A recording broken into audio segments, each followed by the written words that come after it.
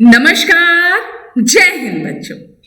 बच्चों, आज हम मेधा पाठ्य पुस्तक से निहित अर्धवार्षिक पाठ्यक्रम में काव्य खंड का अध्ययन करेंगे, जिसके अंतर्गत वरदे वीणा वादनी कविता एवं शक्ति और क्षमा कविता का वाचन करेंगे।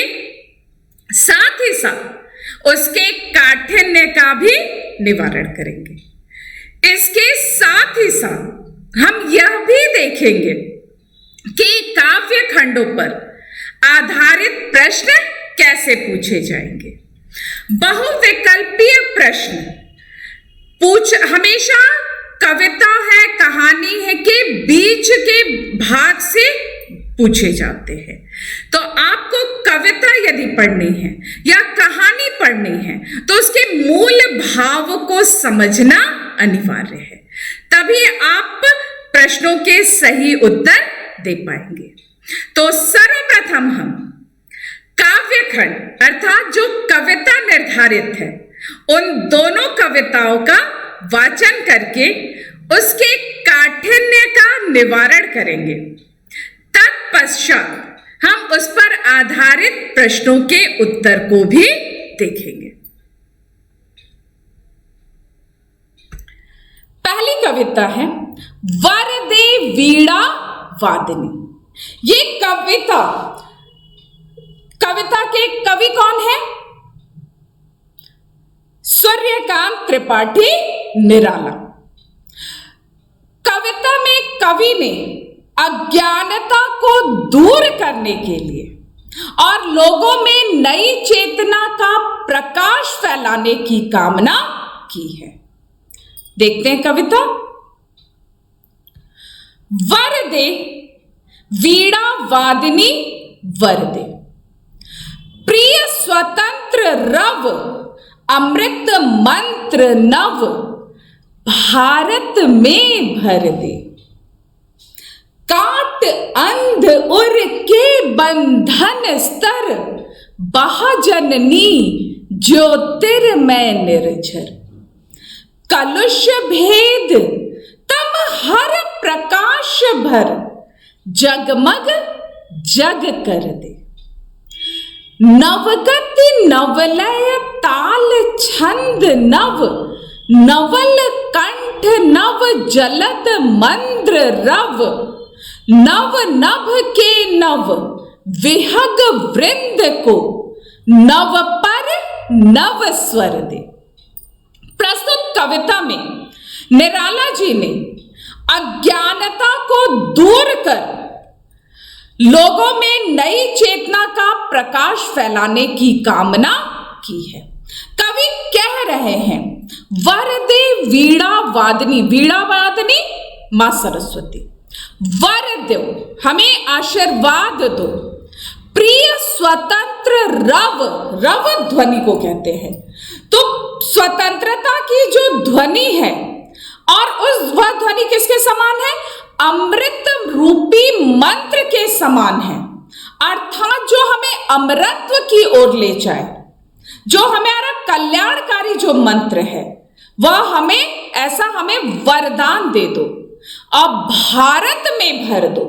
इस भारत भूमि में वह कल्याणकारी मंत्र भर दो या आशीर्वाद हमें दो। काट अंध उर के बंधन स्तर बहजननी ज्योतिर्मय निर्झर। हे मां सरस्वती, हमारे हृदय से जो अंधकार का जो बंधन बंधा हुआ है उसे काट कर दूर कर दो और हमारे हृदय में प्रकाश का एक झरना बहा दो। कलुष भेद तम हर प्रकाश भर जगमग जग कर दे। सारी जो अज्ञानता है, जो अंधकार है, जो बुराइयां हमारे मन में हैं, उन्हें दूर करके इसमें प्रकाश भर के इसे सारे संसार को प्रकाशमान, जगमग प्रकाशमान कर दो। नवगति नवलय ताल छंद नव, नवल कंठ नव जलद मंद्र रव। और अज्ञानता को दूर करने के पश्चात हमें नई गति दो, हमें नई लय दो, हमारे ताल छंद को नया करो, अर्थात हमारे जो भाव है उसे एकदम नया बना दो, नए स्वर हमें दे दो, हमें नवल कंठ दे दो, नव जलद मंद्र रव, हमें नया गंभीर स्वर ध्वनि प्रदान करो, स्वर प्रदान करो, जिससे कि हम लोगों में नई चेतना का संचार कर सके। नव नभ के नव विहग वृंद को, और इस नए आकाश में उड़ते हुए नए पक्षियों के समूह को नव पर नव स्वर दो, उन्हें नए पंख और उन्हें नया स्वर दो, जो कि यह संसार में इस भारत भूमि पर अपने स्वर के द्वारा लोगों में जागृति फैला सके, अपने स्वर के द्वारा लोगों को जागृत कर सके। तो जो प्रस्तुत कविता है वरदे वीणा वादनी, यह कविता लोगों में अज्ञानता को दूर करके नई चेतना का प्रकाश फैलाने की कामना कर रहा है। लोगों में नई चेतना का प्रकाश फैलाने की वह कामना कर रहा है कि लोगों के हृदय में अज्ञानता, जो अज्ञानता है, हे मां सरस्वती, उसे दूर करके उनके हृदय को के मन में बसे हुए अंधकार को दूर करके उनके मन में प्रकाश का पुंज फैला दो, जिससे कि वह इस सारे संसार को सत्कर्म और एक अच्छी स्वर दे सके। तो प्रस्तुत कविता में निराला जी ने यह बताने का प्रयास किया है, मां सरस्वती से यह प्रार्थना करते हैं कि मां सरस्वती लोगों के मन के अंधकार को दूर करके भारत भूमि में ज्ञान का प्रकाश फैला दो, नई चेतना का प्रकाश फैलाने की वह कामना करते हैं। तो प्रस्तुत कविता समझ में आ गई। अब हम दूसरी कविता पढ़ेंगे और तत्पश्चात हम इन दोनों कविताओं पर आधारित प्रश्नोत्तर करेंगे।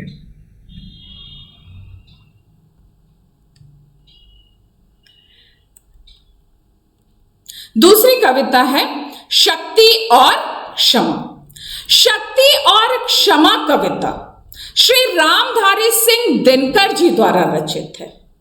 इस कविता में श्री कृष्ण युधिष्ठिर को ज्ञान देते हुए कहते हैं कि युद्ध से पीछे हटना कायरता है, क्षमाशीलता नहीं है, क्योंकि शक्ति यदि होती है तभी क्षमाशीलता उसे सुशोभित होती है। जब महाभारत का युद्ध प्रारंभ हुआ, युधिष्ठिर अपने बंधु बांधव को देखते हैं तो वह युद्ध भूमि से पीछे हटने का निर्णय लेते हैं।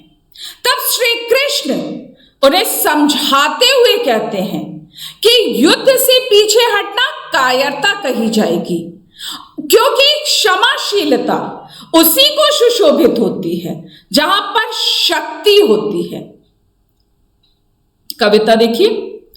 क्षमा दया तप त्याग मनोबल सबका लिया सहारा, पर नर व्याघ्र सुयोधन तुमसे कहो कहां कब हारा। क्षमाशील हो रिपु समक्ष तुम विनत हुए जितना ही, दुष्ट कौरवों ने तुमको कायर समझा उतना ही। क्षमा शोभती उस भुजंग को जिसके पास गरल हो, उसको क्या जो दंतहीन विष रहित विनीत सरल हो। 3 दिवस तक पंथ मांगते रघुपति सिंधु किनारे, बैठे पढ़ते रहे छंद अनुनय के प्यारे प्यारे। उत्तर में जब एक नाद भी उठा नहीं सागर से, उठी अधीर धधक पौरुष की आग राम के शर से। सिंधु देह धर त्राहि त्राहि, करता आ गिरा शरण में, चरण पूज दासता ग्रहण की, बंधा मूढ़ बंधन में। सच पूछो तो शर्मे ही बसती है दीप्ति विनय की, संधि वचन संपूज्य उसी का, जिसमें शक्ति विजय की। सहनशीलता क्षमा दया को तभी पूजता जग है, बल का दर्प चमकता उसके पीछे जब जगमग है। तो प्रस्तुत कविता श्री रामधारी सिंह दिनकर जी द्वारा लिखी गई है।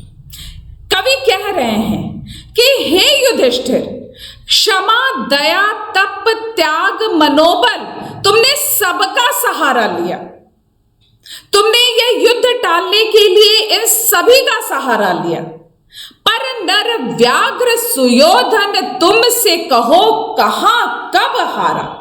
पर वह नर व्याघ्र सुयोधन दुर्योधन तुमसे कहां कब हारा है, वह तुम्हारी बात को कब उसने स्वीकार किया है।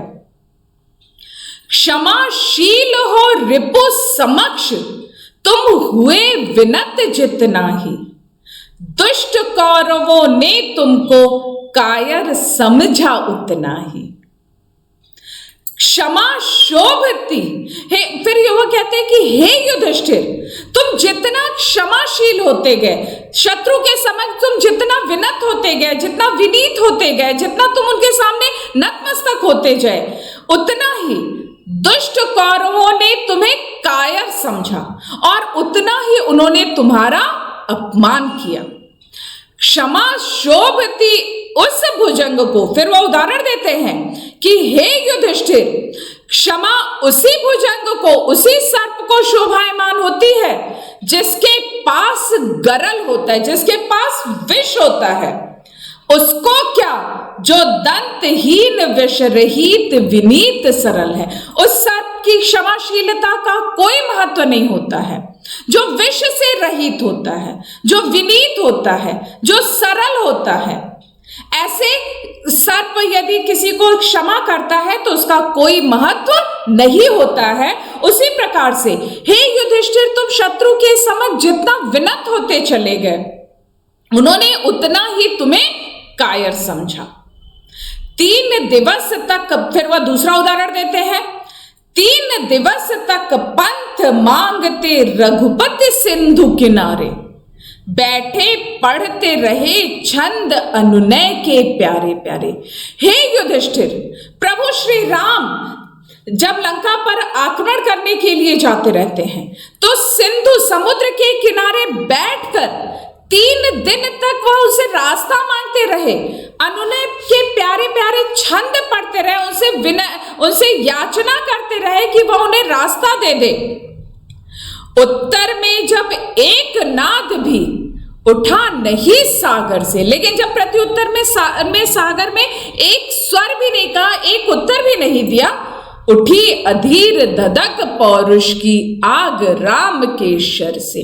तब राम ने के बाणों से उनके पुरुषत्व, उनके शक्ति का आग जल उठा और वह समुद्र को सुखाने के लिए तैयार हो जाते हैं। सिंधु देह धर त्राहि त्राहि, करता आ गिरा शरण में। जब सागर ने यह देखा कि प्रभु श्री राम उस पर बल प्रदर्शन कर रहे हैं, तब वह त्राहि त्राहि करता हुआ उनकी शरण में आ जाता है। चरण पूज दासता ग्रहण की, बंधा मूढ़ बंधन में। और उनके चरणों की पूजा करके वह उनकी दासता को ग्रहण करता है और तब वह मूढ़ मूर्ख बंधन में बंध जाता है। आगे देखिए, सच पूछो तो शर्मे ही बसती है दीप्ति विनय की। हे युधिष्ठिर, सच पूछो तो वाणों में ही विनय की दीप्ति बसती है, विनय का प्रकाश बसता है। यदि व्यक्ति के पास बल नहीं है, साहस नहीं है, तो उसके विनय का कोई महत्व नहीं होता है। संधि वचन संपूज्य उसी का जिसमें शक्ति विजय की, जिसमें विजय करने की शक्ति होती है, उसी का संधि वचन पूजनीय होता है। जो कि स्वयं पराजित होने वाला रहता है, उसके संधि वचन का कोई महत्व नहीं रहता है। सहनशीलता क्षमा दया को तभी पूजता जग है, बल का दर्प चमकता उसके पीछे जब जगमग है। हे युधिष्ठिर, सहनशीलता क्षमा दया को यह संसार तभी पूजता है जब उसके पीछे बल का दर्प होता है, बल का घमंड होता है, बल का अभिमान होता है। उसके पीछे जब बल होता है तभी यह संसार उसकी क्षमाशीलता सहनशीलता को पूजता है, अन्यथा उसकी सहनशीलता का कोई महत्व नहीं रह जाता है। तो प्रस्तुत कविता में श्री रामधारी सिंह दिनकर जी ने यह स्पष्ट युधिष्ठिर को ज्ञान देते हुए कहते हैं कि हे युधिष्ठिर, युद्ध से पीछे हटना कायरता है, क्योंकि शक्ति के साथ ही क्षमाशीलता सुशोभित होती है। यदि व्यक्ति के पास बल नहीं होगा, यदि व्यक्ति के पास साहस नहीं होगा, तो उसकी क्षमाशीलता का कोई महत्व नहीं रह जाता है। उसकी क्षमाशीलता तभी महत्वपूर्ण होती है जब उसके अंदर बल का दर्प होता है, जब उसके अंदर बल का साहस होता है। यदि व्यक्ति के अंदर बल नहीं है, पराक्रम नहीं है, तो उसके द्वारा किए गए विनत को, उसके द्वारा किए गए सद्भाव का कोई महत्व नहीं रह जाता है। तो बच्चों, ये दोनों कविताएं आपने पढ़ ली, आशा है आपको समझ में आ गई होगी। तो अब हम इस पर आधारित प्रश्न देखते हैं। मैं प्रश्न करूंगी और फिर हम देखते हैं कि कितना आप इसके उत्तर स्पष्ट सही दे सकते हैं। वरदे वीणा वादनी वरदे, प्रस्तुत कविता के कवि का नाम बताइए।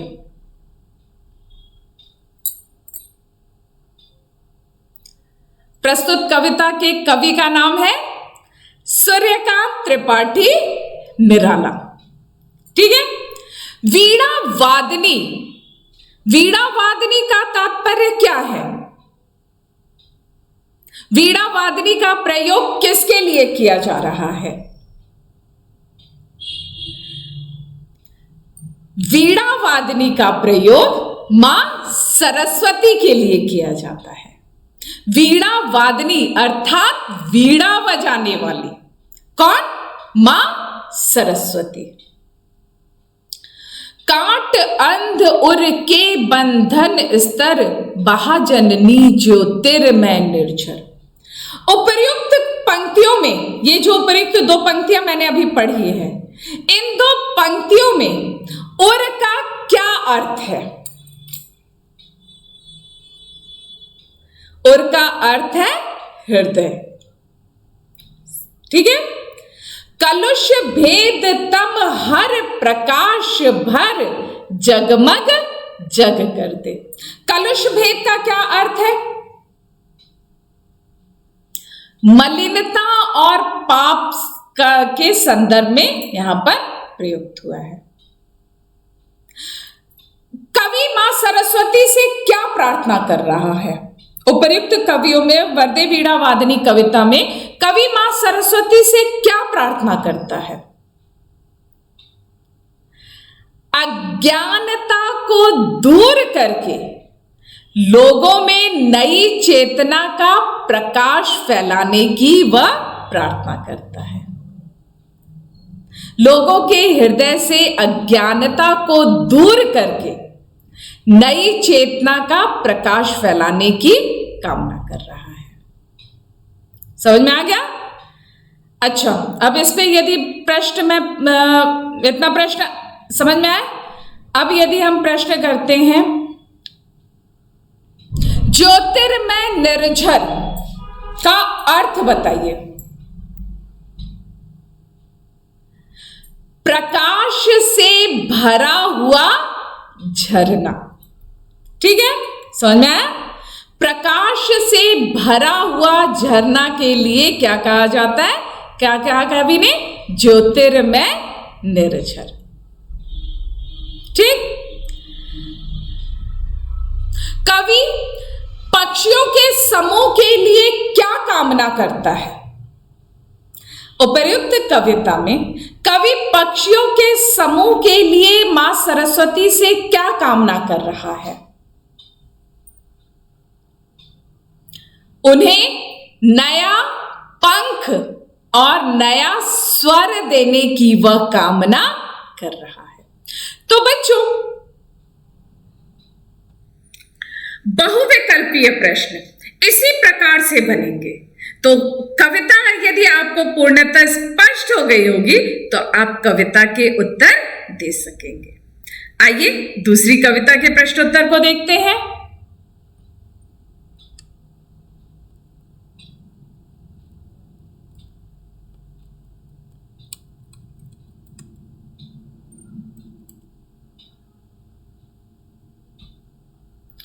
शक्ति और क्षमा कविता के कवि कौन है? श्री रामधारी सिंह दिनकर। कविता में कौन किसको समझा रहा है? कविता में, उपर्युक्त कविता में कौन किसको ज्ञान दे रहा है? उपर्युक्त कविता में श्री कृष्ण युधिष्ठिर को ज्ञान दे रहे हैं। श्री कृष्ण युधिष्ठिर से क्या कहते हैं? कि युद्ध से पीछे हटना कायरता होती है। यदि व्यक्ति के अंदर बल होता है, पराक्रम होता है, तभी उसकी क्षमाशीलता का महत्व होता है। किसने क्षमा, दया, तप, त्याग, मनोबल का सहारा लिया था? युधिष्ठिर ने। सुयोधन किसके लिए प्रयुक्त किया गया है? सुयोधन शब्द का प्रयोग किसके लिए किया गया है? दुर्योधन के लिए किया गया है।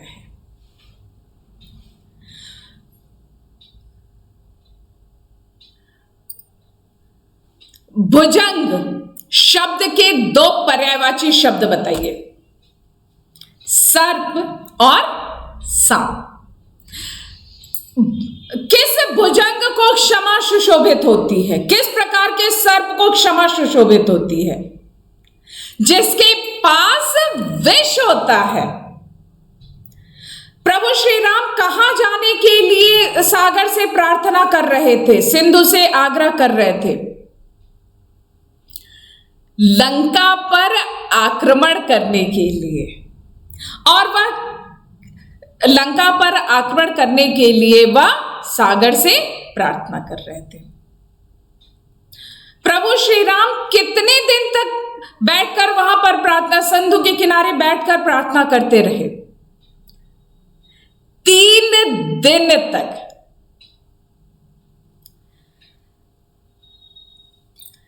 सागर ने प्रभु श्री राम वहां प्रार्थना करते रहे तो सागर ने क्या किया? सागर ने उन्हें उत्तर दिया? सागर ने कोई उत्तर नहीं दिया। सागर ने कोई उत्तर नहीं दिया। सिंधु देह धर त्राहि त्राहि, पंक्ति का आशय स्पष्ट कीजिए। सागर देह को धारण करके त्राहि त्राहि करता हुआ उन प्रभु श्री राम के चरणों में आ जाता है। समझ में आया? आगे देखिए। सच पूछो तो शर में ही बसती है दीप्ति विनय की। बाणों की प्रकाश पुंज कहां बसता है? वाड़ों में ही विनय का जो प्रकाश पुंज है वह कहां रहता है? वह वाड़ों में ही बसा रहता है।